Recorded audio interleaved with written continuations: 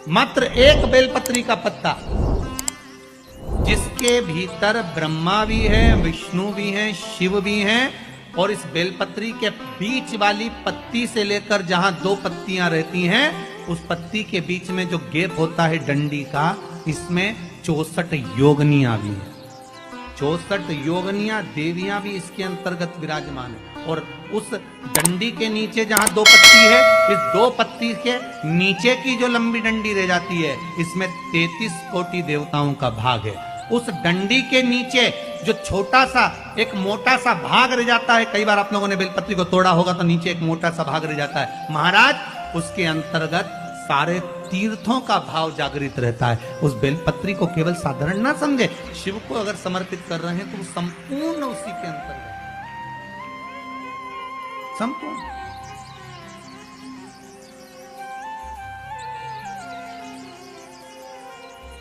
केवल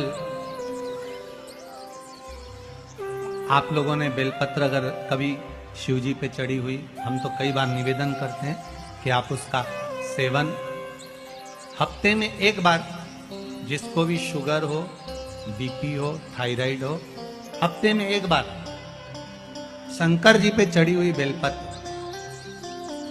अवधूतेश्वर महादेव के नाम से, कौन से महादेव? अवधूतेश्वर महादेव के नाम से खाना प्रारंभ कर देना चाहिए, हफ्ते में एक बार। और जिसके भी घुटने में प्रॉब्लम रहती है या डॉक्टर ने बोल दिया कि घुटना बदलना पड़ेगा, तो उनके लिए निवेदन है, शिवरात्रि के दिन रात्रि को 12 बजे शंकर जी पे चढ़ी हुई बेलपत्र, भगवान शंकर पर चढ़ी हुई बेलपत्र, शिव जी के मंदिर पर ही बाहर खड़े होकर शिखर का दर्शन कर कर उस बेलपत्र को चबा चबा कर खा लीजिए। घुटना बदलने की जरूरत नहीं पड़ेगी, कभी भी घुटना बदलने की जरूरत। और कई लोगों ने प्रैक्टिकल करके देखा है, आपके बीच में ही लोग बैठे होंगे, बहुत सारे आपके भीतर बैठे। भगवान भूत भावन भूतेश्वर मेरा शंकर, मेरा कैलाशी, मेरा अविनाशी, मेरा शिव है, इस मृत्यु लोक का। पर दुनिया के लोग न जाने क्यों कहे हम कृष्ण वाले हैं, हम श्री जी वाले, हम शंकर के मंदिर नहीं जाते। वो कोई कहता हम नारायण वाले, हम शंकर को नहीं मानते, हम शंकर का प्रसाद नहीं लेते, हम शंकर के मंदिर नहीं जाते। भगवान को ऐसा बांट दिया, ऐसा बांट दिया कि शंकर के दरवाजे को जाने को तैयार नहीं होता। तो किसी ने एक बार पार्वती जी ने शिव जी से पूछा, भोलेनाथ जी कोई तुम्हारे मंदिर में नहीं आता, कोई तुम पर जल नहीं चढ़ाता, कोई तुम्हें नमन नहीं करता, सब ये मंदिर जाना, नारायण के मंदिर जाना, वो मंदिर जाना, वो देवता को रिझाना, वो देवी को रिझाना, पर तुम्हारे को कोई नहीं रिझाता। शंकर भगवान बोले मत रिझाने दे, अपने को कोई दिक्कत नहीं, अपन तो शांति से बैठे रहो। मेरे ससुर ने मुझे श्राप दिया है, दक्ष प्रजापति ने, ए शंकर मैं तुझे श्राप देता हूं कि तू शमशान में निवास करेगा। शंकर भगवान बोले उस दिन से मैं बड़ा प्रसन्न हूं, क्योंकि मैं शमशान में रहता हूं। आज किसी का भी भजन कर ले, चाहे ये राम कहे, चाहे ये कृष्ण कहे, चाहे देवी कहे, चाहे भक्त कहे, इसकी मर्जी पड़े, जितना देवी देवता पूछता फिरे, पर आखिरी में मरने के बाद तो मेरे पास आएगा ना, तब निपट लूंगा। बस उस दिन का इंतजार है। और जैसे ही मेरे पास आया, ऐसी लकड़ी में जलाऊंगा गीली कि 3 दिन ठंडा नहीं होने दूंगा। जिस पुराण को हम श्रवण करने के लिए बैठे हैं, ये पुराण कोई साधारण सा नहीं, इसको कोई साधारण सा ना समझे। भगवान शिव की जब कृपा होती है, करुणा होती है, दया होती है, तब जाकर कहीं आप भगवान शंकर की अविरल भक्ति और मुक्ति की पथ को निश्चित करने वाली शिव महापुराण की कथा श्रवण कर पाते। भगवान त्रिवरी महादेव, करुणा सागर भगवान शंकर, दया सागर, जिन्होंने आप सबको यहां पर आमंत्रित करा, कहीं भोले बाबा की दया और उदारता ही है जो पूरे शहर सीहोर में ऐसा कोई भवन नहीं है जिसमें आप लोग नहीं हैं, ऐसा कोई भवन नहीं जहां आप लोग। और शहर तो शहर, पूरे नगर में, पूरे गांवों में, खेड़ों में, क्षेत्र में। और एक निवेदन आप सभी से, जितनी देर की कथा है आप लोग उसको स्मरण कर कर श्रवण करें और अपने जीवन को सार्थक बनाएं। बाबा देवादिदेव महादेव ने ये करुणा करी है, कृपा करी है, दया करी है, जिसको हम अपने जीवन में उतार सकते। बस आपके आसपास में अगर कोई खड़ा हुआ हो, बोल रहा हो, तो उसके चरण पकड़कर आप उसको कहें कि थोड़ा शांत रहें, जिससे हम भगवान की जिस कारण आए, आप आए किस कारण से, आप किस लिए यहां पहुंचे हो, केवल उसके दो कारण हैं। एक बाबा देवादिदेव महादेव का प्रसाद स्वरूप रुद्राक्ष चाहिए और दूसरी शिव महापुराण की कथा चाहिए। केवल दो कारण हैं और उसके सिवाय कोई कारण आपके पास में है? कौन किसके यहाँ आता है जी? किसके बस का है? जो कोई आए जाए, किसके बस का? ये तो देव आदिदेव महादेव की करुणा, कृपा, दया, उदारता है, जिसके बल पर हम भगवान की अविरल भक्ति और मुक्ति का साधन शिव महापुराण कथा का रस साधन करते। शंभो शरणे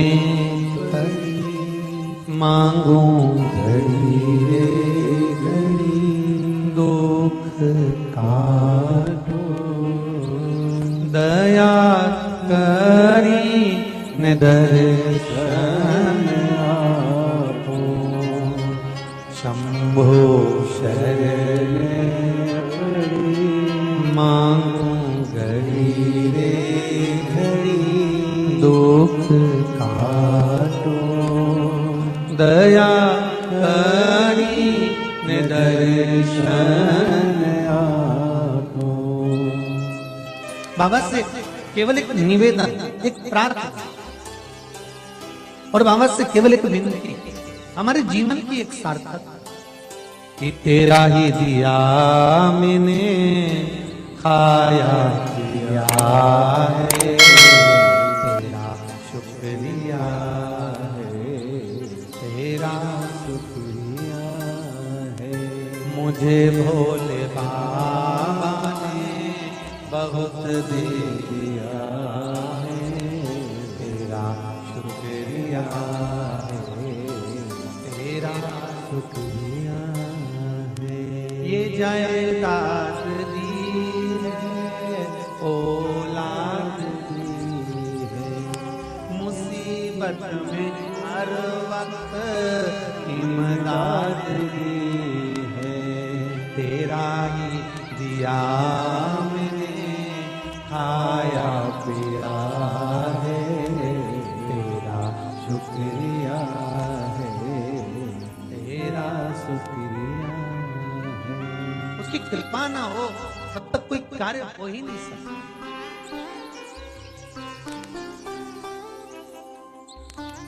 संसार में आने के बाद देखिए, अगर भगवान के होना है, परमात्मा के अगर हमको होना है, तो थोड़ा सा तो जीवन में कष्ट।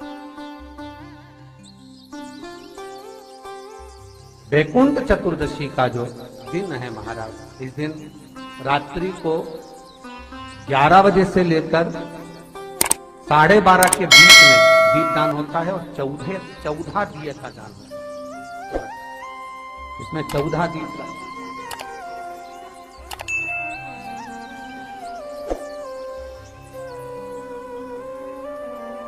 14 निवेदन है आप सबसे कि प्रयास करना कि घर के बाहर आप एक दीप, जहां पर आपका जलाशय है, पानी का स्थान है, वहां रख दें और एक दीप तुलसी के क्यारे के पास रखें, बाकी के दीप आप घर के बाहर लगा दें। 14 दीप। वृंदा वृंदा की आंखों से आंसू बह रहे हैं, नैनों से नीर बहे और वृंदा ने उसी समय भगवान शंकर को बुलाया, भोलेनाथ पधारो पधारो। शिव सामने वृंदा, तेरे पति ने जो उपद्रव मचाया था, जहां जहां मंदिर, देवालय, तीर्थ, व्रत सब खंडित कर दिए। जो ब्राह्मण पूजन करने बैठते थे तेरा पति जलंधर, उनके प्राणों को हर लेता। वृंदा, कहीं किसी गांव में अगर भोजन और भंडारा होता था तो तेरा पति उसमें कुछ गलत पदार्थ मिला देता। वृंदा, तेरे पति को मारना जरूरी था। वृंदा की आंख में आंसू भरे थे और वृंदा आंसू भरती भरती कहती है, भोलेनाथ,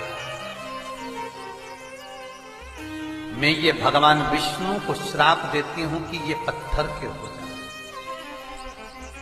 ये पत्थर के हो जाए।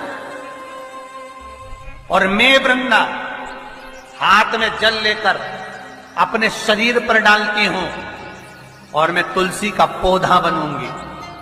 पर भोलेनाथ, हे शंकर, हे शंभु, हे त्रिकालदर्शी, हे कैलाश, मैं तुलसी कभी आप पर नहीं चढ़ूंगी। केवल वर्ष में एक दिन होगा बैकुंठ चतुर्दशी का दिन, जिस दिन भगवान का हरिहर मिलन होता है। बैकुंठ चतुर्दशी दीपावली के बाद में आती है, पूर्णिमा के पहले, कार्तिक पूर्णिमा जो आएगी बैकुंठ। और इस बैकुंठ चतुर्दशी का बड़ा महत्व है साहब। जो बच्चे पढ़ने में कमजोर होते हैं, विद्या में कमजोर होते हैं, जिनकी चित्तवृत्ति कमजोर होती है, जो उनको माता पिता बार बार कहते पढ़ पढ़ पढ़ और बच्चा पढ़ता नहीं है, उनका दिमाग, उनकी चित्तवृत्ति खेलने में लगी रहती है, चिड़चिड़े रहते हैं, उन बच्चों के लिए शिव महापुराण कहती है बैकुंठ